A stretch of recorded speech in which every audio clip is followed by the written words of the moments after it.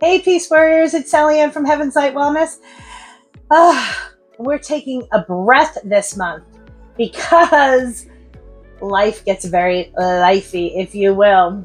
So, I always like to think on the good side and all these things and wonderful things that happen or situations or the doors to open in my life that I should walk through so I can learn wonderful ways of coping or loving or appreciating. But sometimes, it all comes in at one time, doesn't it? And when it does, it can be a lot. It can be a lot and it can make you want to shut down. I know I had a really rough 6 weeks is what it felt like. And I wanted to be authentic and share that with you. Because even someone that lives in a place with very little fear in my life, stuff happens that are out of my control.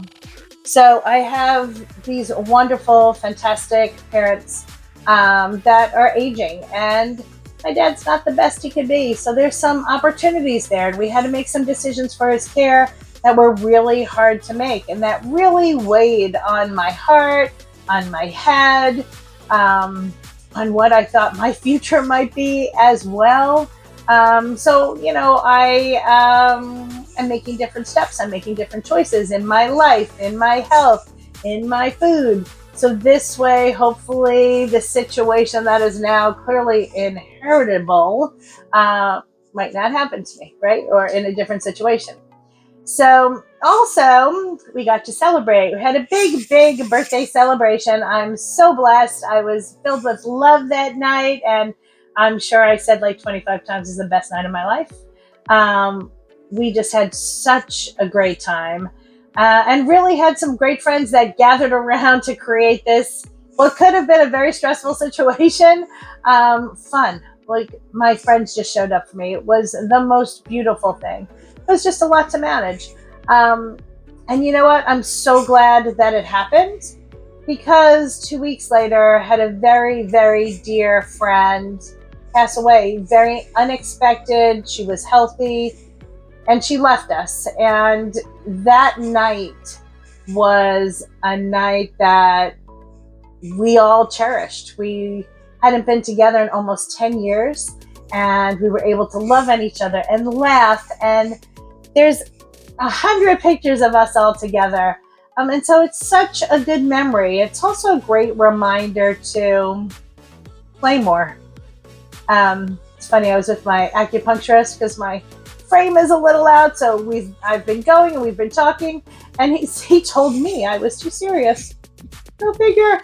He said, you need to play more. You need to be on your toes and you need to play more, which I was like, okay, I get it. I will play more. So I hope you guys play more. You know what? Share with me how you play. Be G-rated, but tell me how you play in some of the comments below, because it's always helpful to know how people play. Do you do Zumba? Do you dance in the street? We used to have dance party when my kids were little, and we would literally dance on the coffee table because it was strong enough to hold us all. Be safe, of course. I want you to be safe. So, and then my beloved little pet, who was my stress buster, he just decided to leave us. It was his time. It happened quickly. We're grateful for that. And he definitely said his goodbyes to us, but I still hear him in the mornings, so having these things happen in my life and these events happen in my life all in the same time period really felt like a lot. But I felt like I was able to use a couple of tasks and tools that helped me process through it. I am feeling 100 times better. I feel like my old self.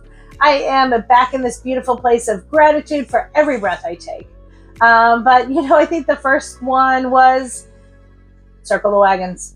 I had to circle the wagons. I literally needed to say, I need some love. I need someone to listen to me, some support. And if that means going to therapy and seeing a professional, do it. If it means going to lunch and having a 3-hour lunch with your girlfriend that you trust with all your heart, do it. It's so important to be able to know that you are supported in multiple ways. If it's a letter you need to write to yourself or a letter you need somebody to write to you, ask for it. Request what you need. Be honest with what needs to happen to help you through this process of life, right? I love to say that all these doors open in front of me and I need to step through them because I know I'm going to learn something. Sometimes I don't want to walk through that door, but I know that on the other side, I am going to learn compassion, awareness. There's so many things that I have learned over the last 6 weeks. The other thing I'm going to say is, prioritize things. So there's this sliding scale of priority that has become a big part of my life. And I will say that sliding scale of priority gives me permission to think about the things I need to think about when I need to think about them.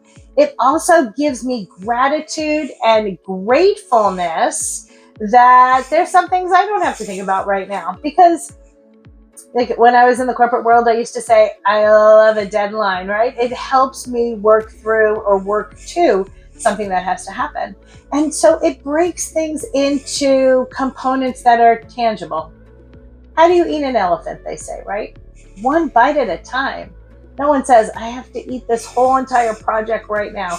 I'm going to put it into little bite-sized handable pieces.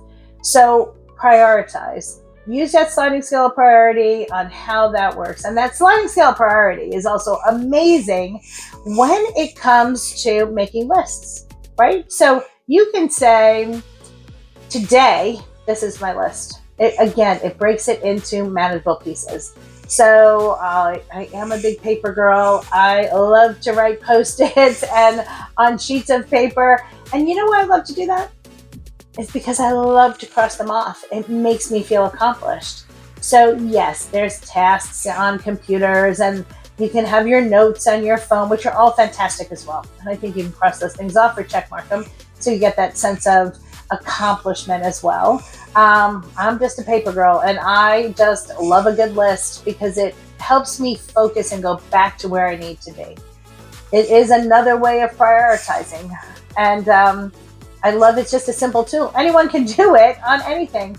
Heck, use an old envelope, use a piece of cardboard, whatever you have. Know that you have the tools in front of you. And then I'm going to say the fourth one, and probably the most scoffed at, or the one that we use the least, is self-care. So I am not saying go get a $500 haircut or a $300 massage. Though if you can, go for it. What I am saying is that caring for yourself could also be sitting in a chair and taking a deep breath. Caring for yourself could be jumping in a bathtub and just relaxing, closing the door, turning off the ringer, listening to an audiobook, petting your pet, right? When you can be present with yourself and not be afraid of it, yes, you may burst into tears. Do it. Let that release happen. That is self-care.